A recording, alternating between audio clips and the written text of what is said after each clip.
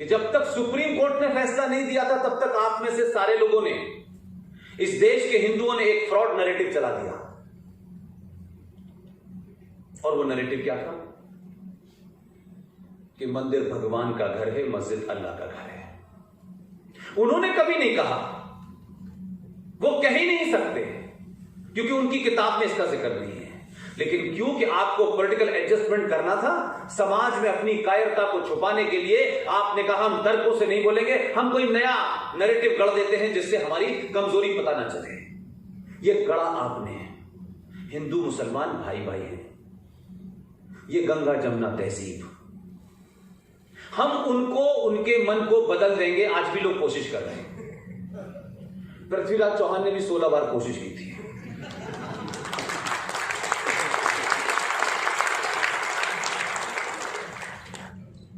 क्योंकि हम अपने इतिहास को, अपने माजी को न जान जाएं, न उस पर गर्व करने लगे। उसका इंतजाम इस देश के संविधान निर्माताओं ने और उस वक्त के बौने लोगों ने संविधान में जो नहीं था उसके संविधान से बाहर लाके बना दिया। और आपको लगातार 70 साल तक यह समझाया गया कि भारत 1947 में पैदा हुआ। उसी वक्त हमें पिताजी मिले और उससे पहले तो भारत थे ही। अगर भारत के पिता का पता करना है, मैं नहीं जानता कि भारत का कोई पिता होगा। अनंत काल की संस्कृति है, हजारों सालों पुरानी है। लेकिन फिर भी मैं कहता हूं कि अगर किसी को भारत का पिता घोषित करना है तो वेद व्यास हुए पहले, फिर तो वेद व्यास को करना चाहिए।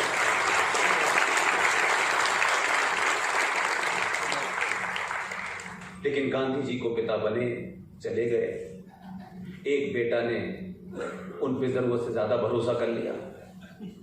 उन्होंने कहा पिता है, अपनी बात से नहीं बदलेगा और सरेआम कह रहा है। तो उस पिता पे, उस बेटे का बड़ा अंधभक्त था वो। उसने कहा अगर इन्होंने कह दिया तो नहीं होगा। जैसे आज के दौर में कोई बेटा अपने बाप से कोई बात कहे और बाप प्रॉमिस कर दे तो उसको यकीन होता है कि मेरे बाप ने कहा है, कर देगा। हमारे पिताजी ने कहा कि अगर पाकिस्तान बना तो मेरी लाश पे बनेगा।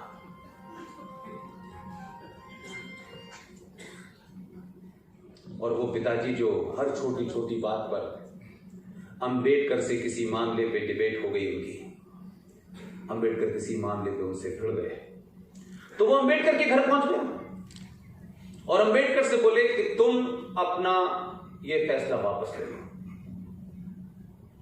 अंबेडकर ने 5 मिनट बहस की तो गांधी जी ने उनसे कहा कि देखो अंबेडकर, तुम्हें फैसला तो वापस लेना पड़ेगा, मैं अनशन पे बैठ जाऊंगा। अनशन पे बैठ गए। उस वक्त की जो चीजें लिखित हैं, जो रोमिला थापर और इरफान हबीब ने नहीं लिखी हैं, उसमें अंबेडकर ने कहा कि गांधी जी आपका जीवन देश के लिए महत्वपूर्ण है, मैं इस इंटरेस्ट में अपनी बात को वापस ले रहा हूं, लेकिन बात मेरी सच है। गांधी जी को लगा ये तो बढ़िया बात है। गांधी जी ने कहा कि ये तो अच्छा मैंने वेपन निकाला है। 39 में ऐसा ही डिफरेंसेस सुभाष चंद्र बोस से हुआ। यहां मुझसे जो बुजुर्ग लोग बैठे होंगे, मैं बहुत डिटेल में नहीं जा रहा, सिंबॉलिकली अपनी बात कहने के लिए कहना चाहता हूं। सुभाष चंद्र बोस का गांधी जी आपने कह दिया, बात खत्म हो गई, मैं सही हूं या गलत हूं ये लीजिए। और आखिरी घटना घटी कि देश के प्रधानमंत्री का चुनाव होना था। 14 देश के जो अलग अलग जगह थी, वहां से प्रधानमंत्री के लिए गुप्त नाम मांगे गए कि आप किसी देश का प्रधानमंत्री चुनना चाहते हैं। कांग्रेस कमेटियों के जो 14 जिले, वो राज्य थे, वो 14 वोट पड़ गए। जब उनको सरेआम किया गया तो पता चला कि 14 के 14 वोट पटेल साहब को मिल गए। तो गांधी जी ने अपना हिस्बे मामूल वही हथियार इस्तेमाल किया। गांधी जी ने कहा कि नेहरू की हार तो मेरी हार है। तो पटेल ने कहा आप जिसको दिल चाहे बना दें, वापस ले गया। और एक साहब जिनको एक भी वोट नहीं मिला था वो देश के प्रधानमंत्री बन गए। लेकिन मैं इससे आगे की बात पे जाना चाहता हूं, इस पे अब कोई विवाद नहीं करना चाहता। जब नेहरू और जिन्ना साहब अंग्रेजों के साथ मिलकर के भारत विभाजन के डॉक्यूमेंट पे बात कर रहे थे, तो गांधी जी की कोई तस्वीर, कोई किस्सा किसी इतिहासकार ने, किसी नेता ने, कोई जगह अगर एक लाइन ये मिल जाए कि गांधी जी जिन्ना के सामने बैठ गए अनशन करने के लिए कि मैं देश नहीं बंटने दूंगा। गांधी जी को जब बैठना था तो गांधी जी क्यों नहीं उसके सामने बैठे, कहा मैं मर जाऊंगा लेकिन देश नहीं बंटने दूंगा जिन्ना साहब।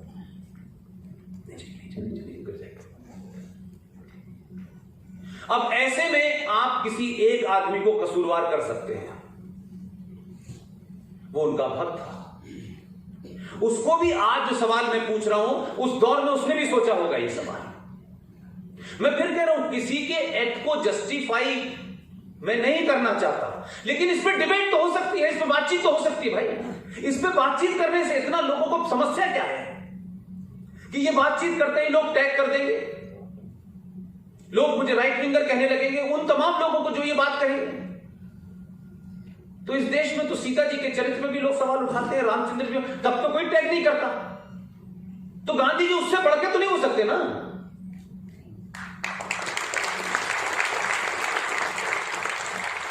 तो एक जो उनका भक्त था, जिसको ये उम्मीद थी कि मेरे बाप ने ये शब्द कहे हैं, सबके सामने कहे हैं, आखिर उसको ये कारण नहीं मिला।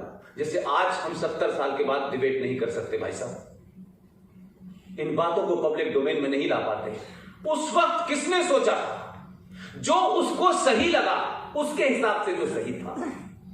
हमारे हिसाब से गलत हो सकता है, देश के हिसाब से गलत हो सकता है। ये वैसे ही है जैसे देश को ये गलत लगता है कि इस देश का विभाजन क्यों किया गया, लेकिन जिन्होंने किया उनको सही लग रहा था, देश को गलत लगता है। लेकिन क्या वो लोग होते तो हम क्या करते उनका? अगर वो जीवित होते तो हम क्या करते उनका? लेकिन वो जीवित नहीं है, तो हम अपना गुस्सा इजहार तो कर सकते हैं ना। पॉइंट ऑफ डिफरेंस तो हमारा उनसे हो सकता है ना, हम उन पर डिबेट तो कर सकते हैं। तो उसने जाके गांधी जी को गोली मार दी। गोली मारी उसने, उस वक्त के कानून के हिसाब से ये गलत किया उसने। हम तमाम सारे लोग जो आज भी एसी में बैठते हैं, जो सिक्योर समाज के लोग हैं, वो छोटी घटना पे जब लोग सड़कों पे प्रतिक्रिया दे देते हैं, लोग कहते हैं नहीं ऐसा नहीं करना चाहिए था, नहीं ऐसा नहीं करना चाहिए था, उसे पुलिस में रिपोर्ट लिखानी चाहिए थी। जिस पुलिस का थाना ही इस देश में नहीं मिलता, वहां रिपोर्ट लिखानी चाहिए थी। इसलिए इस देश में बहुत सारे लोग फैसला खुद कर देते हैं और ये समाज कहता है सही किया, सही किया इसने, लेकिन कानून कहता है कि नहीं नहीं, उसके ऊपर आप रिपोर्ट लिखवाइए, फिर तफ्तीश होगी, फिर पुलिस वाला उसमें एफआईआर लिखेगा और दुनिया का कानून चलेगा। लेकिन आज तक कोई फांसी वांसी पर नहीं चढ़ा। लेकिन उससे पहले क्या उसका कोई क्रिमिनल रिकॉर्ड था? वो गया, उसने गांधी जी को मारा और उसके बाद वो भागा नहीं, उसने कोई अपील नहीं की, उसने कोई वकील नहीं रखा और उसने कहा फांसी की सजा मुझे मालूम है होगी। लेकिन मैं आज भी लोगों से पूछता हूं, 21 लाख लोग इस देश के विभाजन में मारे गए, कौन जिम्मेदार है इसका? भले ही हो सकता है जिन्होंने विभाजन किया वो जीवित नहीं है, लेकिन उन लोगों की ताकत इतनी है कि 21 लाख लोगों के हत्यारों का कोई जिम्मेदार नहीं है भाई। कोई मॉरल रिस्पॉन्सिबिलिटी लेके ये कहते कि हां, कम से कम अंग्रेजों ने जलियांवाला बाग के ऊपर जो कुछ उन्होंने किया उसके लिए भी माफी मांग ली उन्होंने। उस सिंबॉलिक माफी का भले कोई मतलब ना हो, लेकिन यह तो होता है कि तुमने किया गलत था। लेकिन उनके वारिस वो तो कुछ और ही कह रहे हैं। हम सिंबॉलिक भी काम नहीं करना चाहते हैं, और चर्चा होगी तो आपके ऊपर सवाल के सवाल होंगे। इसी तरीके से जब 1984 के अंदर जो भी कुछ हुआ और पंजाब में एक तथाकथित आतंकवाद को बढ़ावा दिया और वो पूरा पॉलिटिकल मोटिव था, तो आपको पंजाब में आतंकवाद का धर्म पता चल गया और उसको क्रश करने के लिए आपको केपीएस गिल जैसा एक जाबाज अफसर मिल गया। लेकिन उस दौर की एक घटना है, हमारे देश ने उसको भुला दिया है। जो हालात गोल्डन टेंपल में हुए थे, उससे बहुत बहुत छोटी सी जगह, जो इस्लामिक पॉइंट ऑफ व्यू से मजहब की जगह नहीं थी। पाकिस्तान से आने वाला एक टेररिस्ट जिसके 10 साथी हिंदुस्तान में थे, वो कश्मीर में आया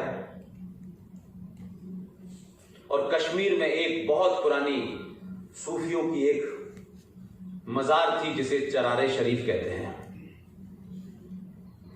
उस मस्तगुल नाम का आतंकवादी उस मजार के अंदर चला गया। मैं कुछ शब्दों को कहना नहीं चाहता कि मुझे गुस्सा बहुत आता है। हिंदुस्तान की हुकूमत, दिल्ली की हुकूमत घुटनों के बल बैठ गई थी और कश्मीर में 15 दिन तक एक 5 स्टार होटल से उनके लिए खाना जाता था, मस्तगुल और उसके 15 साथियों के लिए, और मिन्नतें की जाती थी कि बाहर आ जाइए। उसने शर्त रखी, ये देश में आतंकवाद की जो फैक्ट्रियां चल रही हैं उसके पीछे की साइकोलॉजी को समझिए। चरारे शरीफ में भारत सरकार ने आर्मी को रोक दिया। आर्मी ने कहा हम आधे घंटे के ऑपरेशन में हम खाली करा लेंगे। ये सब रिकॉर्ड पे है ना, क्योंकि चरारे शरीफ में अगर एक्शन होता तो इस देश में मुसलमान भड़क जाता। लिहाजा चरारे शरीफ का ऑपरेशन नहीं किया। भारत की केंद्र सरकार और राज्य सरकार मिन्नतें करती रही कि मस्तगुल साहब, हम आपको जाने का सेफ पैसेज देने के लिए तैयार हैं, हम हथियार नहीं चलाएंगे। आखिर में आपकी सरकारों ने मस्तगुल को पैसेज दिया। भारतीय सेना का मनोबल टूटा क्योंकि चारों तरफ फौज लगी हुई थी और फौज से कहा गोली नहीं चलानी है। पैसेज बना के दिया और 1 किलोमीटर तक वो 15 लोग हवा में फायर करते हुए चले गए। क्यों? गोल्डन टेंपल में तो टैंक जा सकते थे, तो गोल्डन टेंपल के लोग नहीं थे, उनका धर्म नहीं था, उनके भड़कने का डर नहीं था, क्योंकि वो अपने थे। और जब ये घटनाएं कश्मीर में हुई तो उनका मनोबल बढ़ा। उनको पता चल गया कि इस देश के अंदर केपीएस गिल तो तब भी जिंदा थे। ये भी सबको पता है कि केपीएस गिल ने जो भी कुछ पंजाब में किया, लेकिन केपीएस गिल का 2 बार प्रपोजल आया, 2 बार, अब वो नहीं है कि कश्मीर में उनको भेज दिया जाए। दिल्ली में बैठे हुए लोगों ने कहा नहीं नहीं नहीं नहीं, केपीएस गिल को पंजाब ही ठीक है, कश्मीर नहीं भेजना है। ये कौन लोग थे जो कश्मीर के आतंक को जिंदा रखना चाहते थे, इसलिए कि अगर उस आतंक पे कार्रवाई होगी तो बड़ी तादाद में देश में लोग दंगा कर देंगे। इस देश की सरकारें उन बौने लोगों के सामने झुक गई। इसका नतीजा क्या है? उन्होंने आपको डराना शुरू किया और वो जानते थे कि इनको जितना डराओगे ये उतने ही झुक जाएंगे। एक पार्टी डरते डरते अब उसके झुकने की सीमा ही समाप्त हो गई।